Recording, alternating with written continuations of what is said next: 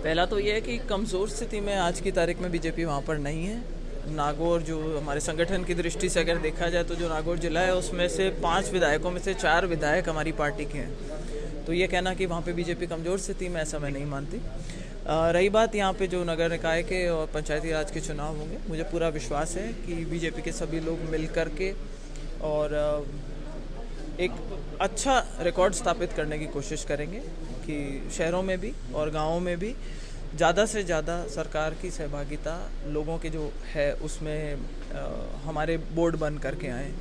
क्योंकि मेरा ऐसा मानना है कि जिस पंचायती राज की शुरुआत नागौर में हुई थी उसका महत्व पूरे हिंदुस्तान में सब लोग समझते हैं, लेकिन नागौर में भी उतना ही इम्पॉर्टेंट है क्योंकि गांव का जो एक आम आदमी होता है या शहर का जो एक आम आदमी होता है उसकी दृष्टि से अगर देखा जाए तो ये चुनाव सबसे महत्वपूर्ण चुनाव होते हैं। एमएलए एमपी के चुनाव से भी कहीं ज़्यादा महत्वपूर्ण रहते हैं, जो उसकी ज़िंदगी को इम्पैक्ट करती है। तो हम लोग आज ये मीटिंग है यहाँ पर संभाग स्तरीय, उसमें भी हम यही प्रयास करेंगे कि ग्राउंड का फीडबैक अच्छे से हमारे पास में आए, हम क्या चीज़ किस तरीके से रणनीति बना सकते हैं, किस तरीके से हम ऑपोजिशन को पीछे छोड़ सकते हैं, यही हमारा आज प्रयास रहेगा। ऐसा है, ये एक अलग तरीके के राजनीतिज्ञ हैं जो सिर्फ गिद्ध टाइप की राजनीति करते हैं। जहाँ पर भी कहीं नेगेटिव सेंटिमेंट दिखता है उसको बनाने का प्रयास करते हैं। जहाँ इनको ज़रूरत पड़ती है बंद कमरे में जा कर के नेताओं के पैर छू लेते हैं। कभी कहते हैं मैं इस सरकार में आ जाता हूँ, कभी कहते हैं मैं उस सरकार में आ जाता हूँ। उनकी बात को मैं बहुत सीरियसली नहीं लेती। हाँ, कोशिश उनकी ये रहती है कि लोगों को किस तरीके से गाँव में बरकलाया जाए,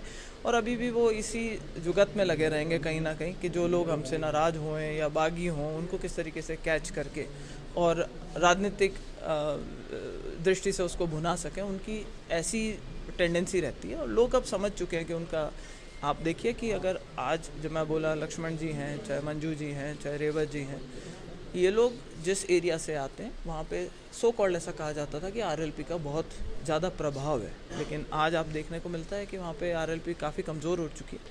और कांग्रेस की बात करें तो राजस्थान में बीजेपी का जो मुख्य विरोधी दल है वो आज भी कांग्रेस है, लेकिन नागौर में देखें तो उसकी स्थिति भी काफ़ी ख़राब है। तो उस दृष्टि से मुझे लगता है इसका पूरा फ़ायदा बीजेपी को मिलेगा और नागौर में बहुत अच्छी परफॉर्मेंस रहेगी। जी।